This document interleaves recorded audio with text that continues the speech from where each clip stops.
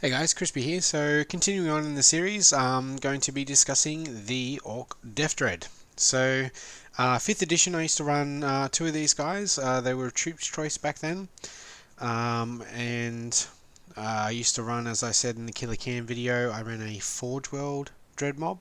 So that includes 2 mechas, 1 Mega Dread, 2 of these fellows, and 9 Killer Cans. In 6th and 7th edition, Forge World released a new army list, and I was able to take a unit of 3 of these guys. So I used to stick 3 in a unit, and then you could also join that unit with the Mecha Dread, which was obviously quite huge. Give him a 5+ invulnerable save because you'd stick the Mecha Dread up the front. He couldn't look out so like others, but you'd just sort of cycle them around and sort of share the hull point damage. So let's have a little look and see the changes that these guys have sort of taken in 8th edition. So movement wise, we are still the same, so 6 inches. Weapon skill, we're hitting on 3s now across the board. So that is actually quite a huge difference. The main reason being is that previously we were weapon skill 4, so often when we were fighting things in combat they'd be weapon skill 4 or 5, so we'd be hitting on 4s anyway.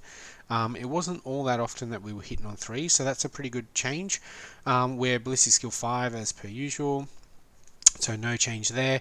Strength 5 base, but then with our Dread Claw we are strength times 2, so we're technically strength 10, because you can't blow off weapons anymore off vehicles, so that's great. So we're strength 10, and T7, so toughness 7. I believe. Let me think. Oh, actually no. Nothing about it. So the Astartes Dread is strength 6, so he'd be strength 12. So we're 2 points less strong than a Space Marine Dreadnought. I suppose that is not too bad. So toughness 7, 8 wounds, 2 attacks, leadership 7, and a 3+ save. Okay, so 2 attacks seems a little low. But we do, as per usual, we gain attacks based on how many of the Dread Claws we take. So let's have a look. I'll speak about my own loadout. So this is my Deff Dread here that I use in my army. So as you can see, I've got 3 Dread Claws and a Scorcher. So let's have a look. Dread Claw, as I said, times 2, so I'm strength 10. Negative 3 AP, that's pretty good, and 3 damage. Awesome. And as I said, we're starting with 2 attacks, but for each Deff Dread Claw we get an additional attack, so we're going to get an extra 3, so I think we're probably going to have 5 attacks. So we'll have 5 attacks with our all up with this loadout. And the Scorcher, nothing's really changed from the regular old Killer Can Scorcher. So it's Assault D6, Strength 5, negative 1 to your AP, and 1 damage. So it's a solid choice for a Deff Dread, which you want to be running up and getting in people's faces. The other good thing that the Deff Dread gets is there is now a universal rule for all Orks, not Gretchen. So Killer Cans don't have this, called Here We Go, which allows you to re-roll charge distances, which is pretty big, because I mean, how many times have you been there going, God, I got to get this Deff Dread in 4 inches away, and you roll that 3 or the 2. So now you don't have to worry about that. Obviously, I mean, if you didn't want to, not that you wouldn't, with the Here We Go, you could use also your what do you call it? Your command points to re-roll single dice as well. I don't know. Actually, thinking about the rulebook, I haven't seen anything where you couldn't re-roll a re-roll. Hasn't mentioned that.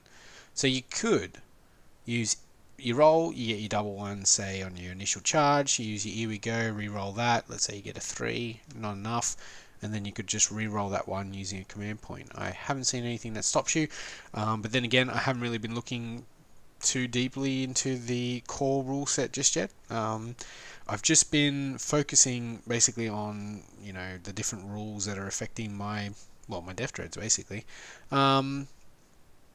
Let's see what else we got weapon wise. You get the a rocket launcher, so obviously you could take two two claws and take 2 rocket launchers. I mean, I would probably go for 2 rather than just taking the 1, because again, you're hitting on 5s. You know, how often are you going to hit that single 5? Not that often. It's the same as every other missile launcher. So it's an assault weapon, which is really good for us because that means that we can advance the D 6 inches, plus we move 6. Then we can fire a rocket launcher, so that's giving our rocket launcher an effective range of roughly 33 on average. 33-inch threat range, that's pretty good. Strength 8, -2, damage 3, so super solid. Custom Mega Blaster, as I've said, I don't know if you'd really take this one. It's got same stats basically as the rocket launcher, only it's only D3 damage, so on average you're doing 2 damage. -3 to the AP though. So, you know, not too bad, but if you roll a 1 to hit, then you suffer a mortal wound. So, yeah, you've got 8 wounds on a Deff Dreadz, so that's not too bad.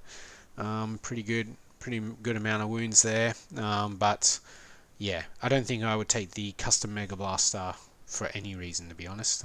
Just doesn't seem very good. And then finally, the good old trusty Big Shooter, which is the cheapest of all the options.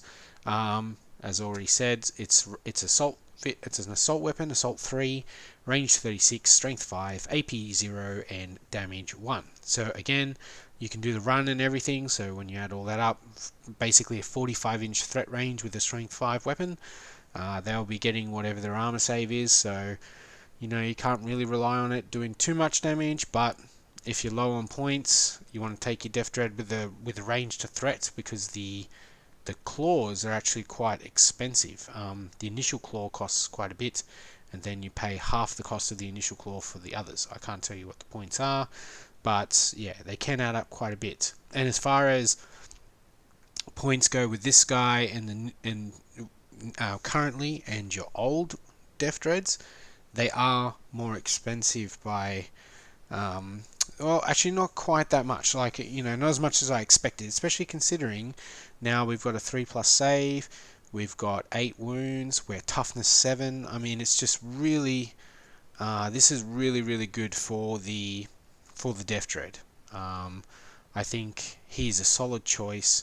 You can also take, as a single heavy support choice, you can take 1 to 3 of them, which again is really good. Obviously, you know, saving on those heavy support slots, and yeah, taking 3 of them. And then they add, even though they're in a, you know, effectively a vehicle squadron, as you know, using the past edition rules, they're not really, they don't act like a squadron anymore. They can just move as separate units, so you don't have to worry about wounds carrying through your Deff Dread unit or anything like that.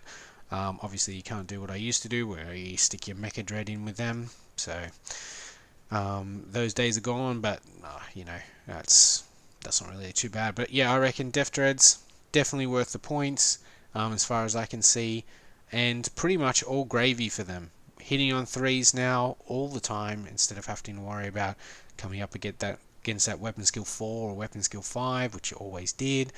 We're strength 10 now, so we're wounding most things on 2s, unless it's another vehicle. We've, you know, this loadout here, 5 attacks hitting on 3s with 3 damage each and -3.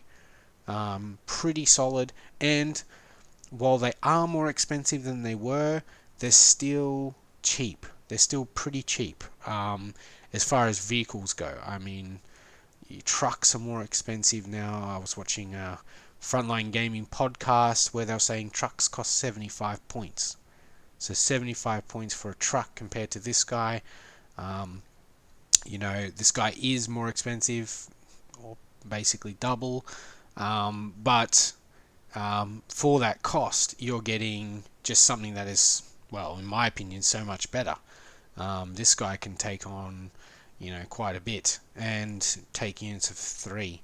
I definitely probably go with 3, and I definitely think that as far as, you know, vehicle dread mobs are concerned, this guy is going to be the main heavy hitter.